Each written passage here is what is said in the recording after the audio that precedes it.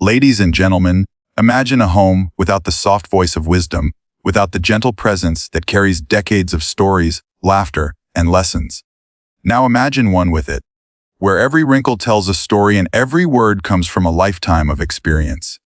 If you have an elderly person in your home, you don't just have a family member, you have a living library, a history book, and a guide rolled into one. You are lucky, more than you might realize. Let's understand why. Before we begin, if you have not subscribed to my channel yet, make sure to hit that subscribe button and turn on the notification bell so you never miss any video. Number 1. They carry a lifetime of wisdom. Have you ever sat beside an elderly person and felt as if you were flipping through the pages of a living, breathing history book? Every wrinkle, every pause between their words carries a story. They've lived through decades of change, moments of joy, periods of hardship, times when the world felt uncertain, and days when the smallest victories meant the most. When they speak, they're not just sharing words, they're offering you a lifetime of experiences, lessons they've already paid the price to learn.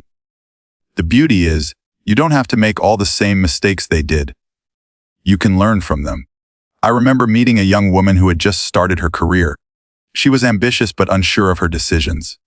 One evening, over tea, her grandfather told her about his first job in the 1960s.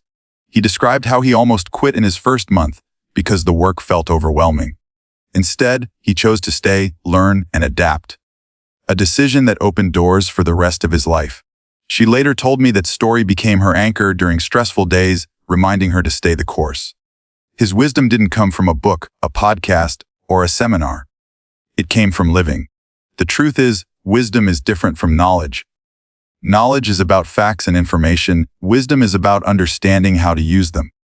An elder's advice is often shaped not by what should work in theory, but by what has worked in real life. They've navigated situations that were unpredictable and often much harder than what we face today. When they say, "This too shall pass," it's not just a comforting phrase. It's a truth they've seen unfold time and time again. So how do we tap into this incredible source of guidance? First, listen with curiosity, not just politeness. Too often, we nod while our mind is somewhere else, missing the gold in their words. Second, ask thoughtful questions. Instead of, "How was your day?"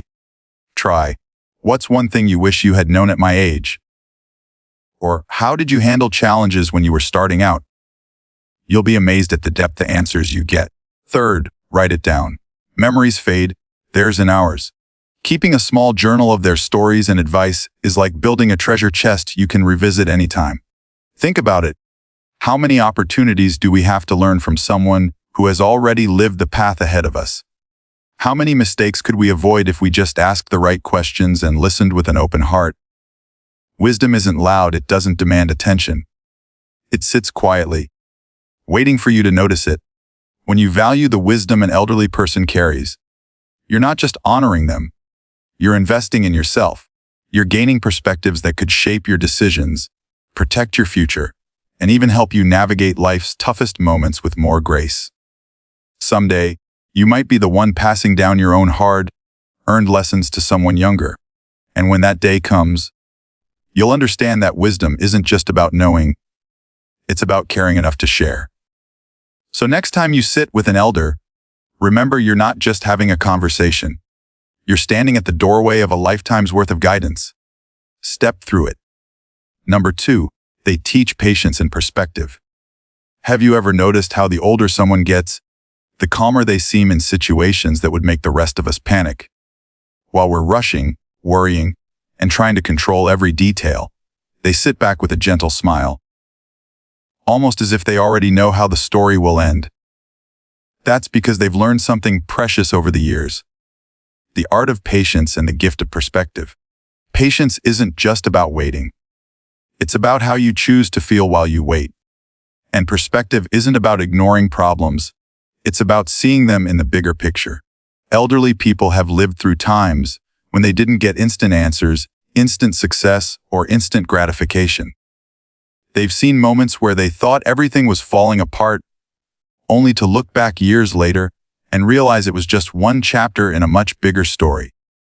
I remember a young man I knew who was frustrated because his career wasn't moving as quickly as he hoped. He would vent to his grandmother about missed opportunities and how he felt stuck.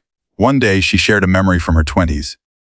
She told him about how she applied for her dream job, didn't get it, and ended up working somewhere she had never considered. At the time, she was disappointed. But years later, she realized that job taught her skills, introduced her to people, and gave her experiences that led to her happiest moments. Sometimes, she said with a twinkle in her eye, life is just rearranging the puzzle pieces before showing you the picture. That single conversation helped him shift from frustration to trust in the process. So how can we learn patience and perspective from the elders in our lives? First, observe how they react to challenges. Notice how they pause before responding, how they think before acting. That pause is powerful. Second, invite them to share stories from moments when life didn't go as planned, and listen closely to how those situations eventually worked out. Third, when you feel impatient, ask yourself, will this matter in 5 years? That one question can change how you see the problem instantly. Isn't it interesting that in our rush to move forward, we often miss the lessons right in front of us? Elders remind us that the best decisions aren't always the fastest ones. They've learned that you can't force the timing of certain things, relationships, opportunities, even healing. And when you see the world through their eyes, you realize that a delay isn't always a setback. Sometimes it's protection or preparation. Patience and perspective don't just make life easier. They make it richer. They stop us from overreacting to small bumps and help us focus on what truly matters. The next time you feel like you're falling behind, remember there's someone in your home who has walked a much longer road and knows that your no is just a moment, not the whole story. If you listen, they can help you slow down, breathe, and trust that life has a way of working itself out. And when you carry that lesson forward, you'll not only navigate challenges more gracefully, you'll find yourself enjoying the journey a whole lot more. Number 3, they keep family traditions alive. Have you ever smelled a dish cooking in the kitchen and instantly felt transported to your childhood? Or heard a song that reminded you of a celebration from years ago? That's the magic of family traditions. They're like threads weaving generations together. And often, it's the elderly in our families who hold those threads firmly in their hands. They're the keepers of recipes, rituals, celebrations, and stories that give our family its unique identity. Without them, those traditions can slowly fade away, like photographs left too long in the sun. Family traditions aren't just routines, they're anchors. They give us a sense of belonging, a reminder that we're part of something bigger than ourselves. Elders have lived through decades of these customs. From festive meals to yearly gatherings, from lullabies passed down for generations to simple sayings repeated at the dinner table. They've seen them in their purest form, and they carry the responsibility of keeping them alive, adapting them to new times without losing their essence. I once knew a woman named Maria who grew up watching her grandmother bake a special bread every winter. It wasn't just about the bread. It was the way her grandmother told stories while kneading the dough, the way the house smelled, the way neighbors would stop by to share a slice. When her grandmother passed away, Maria realized that the recipe wasn't written down anywhere. All she had were her memories. So she set out to recreate it, calling her mother, aunt, and even distant cousins to piece together every detail. Today, she bakes that bread every winter with her own children, telling them the same stories her grandmother told her. That bread isn't just food. It's a piece of family history on a plate. So how can we help keep these traditions alive alongside our elders? First, make time to participate. Don't just watch. Join them in cooking, crafting, decorating, or storytelling. The more you take part, the more you'll remember. Second, document these traditions. Record videos, write down recipes, or photograph special moments so they can be passed on. Third, invite the younger generation in. Let children stir the pot, fold the napkins, or ask questions. They're the next keepers of these memories. Have you ever thought about what will happen to your family's traditions when the elders are gone? Will someone still tell the same jokes at New Year's dinner? Will anyone remember why that one old ornament always gets a special spot on the tree? If we don't learn and carry these customs forward, a part of our identity quietly disappears. Our elders are like bridges between the past and the present. They make sure we don't lose the stories, flavors, and rituals that make our family unique. By valuing and learning from them, we're not just keeping traditions alive, we're keeping our roots strong. And when we pass those traditions down ourselves one day, we'll realize that we didn't just inherit them. We became a part of the living chain that carries them forward. That's not just history. That's legacy. Number 4, they offer unmatched emotional support. Have you ever had one of those days where the world feels heavy, and all you want is someone to sit beside you and say, "It's going to be okay"? For many of us, that someone is an elderly person in our life. A grandparent, an older aunt or uncle, maybe even a long-time neighbor. There's something about their presence that feels safe, almost like the chaos of the outside world can't touch you when they're around. That's because the emotional support they offer is unmatched. It's not rushed, it's not transactional, and it's not about fixing everything in an instant. It's about being fully present. Emotional support from elders is different from advice from peers or friends. Friends often empathize because they're going through something similar, but elders empathize because they've already been there. They've experienced heartbreak, disappointment, and loss, and they've made it through. When they tell you that things will get better, they're not guessing, they're speaking from lived truth. And that truth carries a weight that makes you believe them. I remember a young man who lost his job unexpectedly. His friends told him to update his resume and start applying elsewhere. Good advice, but it still felt overwhelming. One evening, he visited his grandfather, who simply poured him a cup of tea and listened. The grandfather didn't rush to give a list of solutions. Instead, he said, "I once lost a job too. At the time, I thought it was the worst thing that could happen. But it became the reason I found the work I loved." That one sentence didn't just give the young man hope. It shifted his perspective entirely. He realized that what felt like the end could actually be the beginning. That's the power of emotional support from someone who has seen life from more angles than you can imagine. So, how can we lean into and learn from this kind of support? First, don't just go to them in moments of crisis. Build an ongoing connection so that when you do need emotional guidance, the relationship is already warm and open. Second, be willing to truly listen. Sometimes the emotional support is in the pauses, the tone of voice, and the unspoken understanding. Third, let them know their support matters. A simple, "Thank you for listening," can make them feel valued, which encourages them to keep sharing their presence and wisdom. Have you noticed how an elder's calmness can lower your own anxiety almost instantly? That's because they've lived long enough to know which problems are worth worrying about and which ones will fade on their own. They teach us that it's okay to slow down, to breathe, and to find comfort before we find solutions. When we open ourselves to the emotional support our elders offer, we gain more than comfort. We gain resilience. We learn that life's challenges are rarely permanent, and that sometimes the best thing we can do for ourselves is to be heard and understood. The next time you feel lost or uncertain, remember there's someone in your life who has likely walked a similar path and come out stronger. Sit with them, share your thoughts, and let their presence remind you you're not alone in this journey. And one day, you might be the person who offers that same quiet, steady strength to someone else. Number 5, they teach the value of resilience. Have you ever met someone who has been through storms in life, yet still stands tall, smiling as if the wind never tried to knock them down? That's resilience. The quiet strength that comes from falling, getting back up, and choosing to move forward again and again. And if you have an elderly person in your life, you've likely seen that strength in action. They've faced challenges most of us can only imagine, and they've come out the other side with stories, scars, and a spirit that refuses to quit. Resilience isn't about never feeling pain or fear. It's about feeling both and moving forward anyway. Elders teach us this not through lectures, but through the way they've lived their lives. They've endured personal losses, financial struggles, health setbacks, and moments when it seemed easier to give up than to keep going. Yet here they are, still showing up, still living, still hoping. And their example reminds us that we can too. I remember talking to an older gentleman named Peter. In his youth, he dreamed of becoming an architect, but he was drafted into military service, delaying his education for years. When he returned, he faced rejection after rejection from firms who said he was too old to start.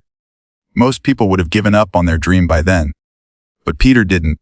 He worked odd jobs, studied at night, and eventually started his own small design business. It took him nearly 2 decades to reach the career he had imagined for himself, but he never stopped moving toward it. You don't measure your strength, he told me, by how many times life knocks you down. You measure it by how many times you choose to stand back up. So how can we learn and apply this value of resilience in our own lives? First, shift your mindset when challenges appear. Instead of asking, "Why me?" try asking, "What can I learn from this?" That simple change turns obstacles into opportunities. Second, practice persistence in small ways. Whether it's finishing a workout when you feel tired or sticking to a project even when it's frustrating, every act of follow-through strengthens your resilience muscle. Third, surround yourself with stories of endurance. Talk to elders, read biographies, and remind yourself daily that others have faced harder times and made it through. Have you ever noticed how elders rarely panic in the face of trouble? That's because they've learned something powerful. Hard moments are temporary, but your response to them can define the rest of your life. They know that resilience isn't just surviving, it's growing stronger because of what you've survived. When we take this lesson to heart, we stop seeing setbacks as proof that we're failing. Instead, we see them as training, shaping us into someone capable of handling even greater challenges ahead. The elders in our lives are living proof of this truth. They are the bridges between what seems impossible and what can be achieved with patience, grit, and faith in the process. So the next time life knocks you down, think of the resilient people who came before you. Stand up a little taller, dust yourself off, and take the next step forward. Because if they could make it through their storms, there's every reason to believe you can make it through yours. Number 6. They make home feel like home. Have you ever walked into a house that looked perfect? Clean, decorated, everything in place, but somehow felt cold and empty? And then walked into another home that maybe wasn't flawless, but it wrapped you in a sense of comfort the moment you stepped inside. That second feeling often comes from the people inside, and more often than not, it's an elderly family member who creates it. They have a way of turning 4 walls and a roof into a place where you feel you belong. A place that feels like home.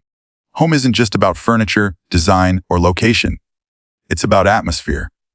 And elders are masters of creating that atmosphere because they fill it with warmth, care, and familiarity. They remember birthdays without checking a calendar. They make your favorite meal when you've had a rough day. They greet you with that smile that says, "I'm glad you're here." These little gestures may seem small, but they're the things that make a home feel alive. I once met a woman named Claire who grew up in a bustling city. Her grandmother's house was tiny and old, with creaky wooden floors and mismatched dishes, but it was her favorite place in the world. Every Sunday, the smell of her grandmother's famous soup would fill the house. She'd sit at the kitchen table while her grandmother hummed softly, stirring the pot. Years later, when Claire had her own apartment, she realized she was always trying to recreate that same feeling, not the soup itself, but the warmth and safety it represented. "My grandmother's house," she said, "wasn't fancy, but it was the one place I felt completely at peace." So how can we nurture that feeling in our own homes, especially while we still have elders to guide us? First, spend time in shared spaces. Don't isolate yourself in separate rooms. Eat together, talk, and simply be present.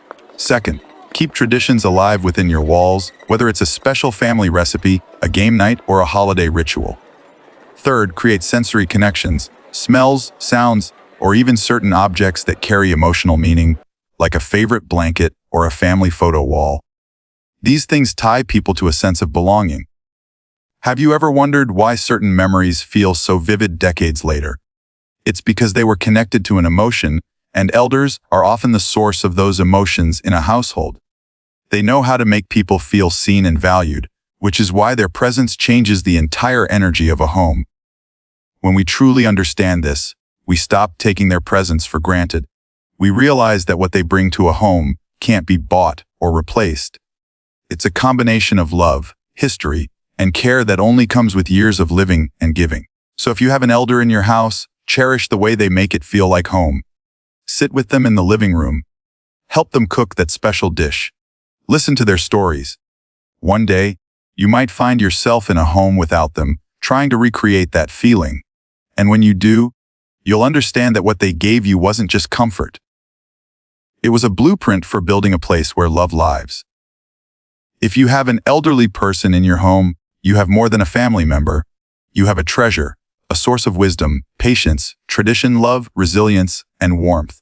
Appreciate them, learn from them, listen to them, because one day, you'll look back and realize they weren't just part of your home, they were the heart of it. God bless you.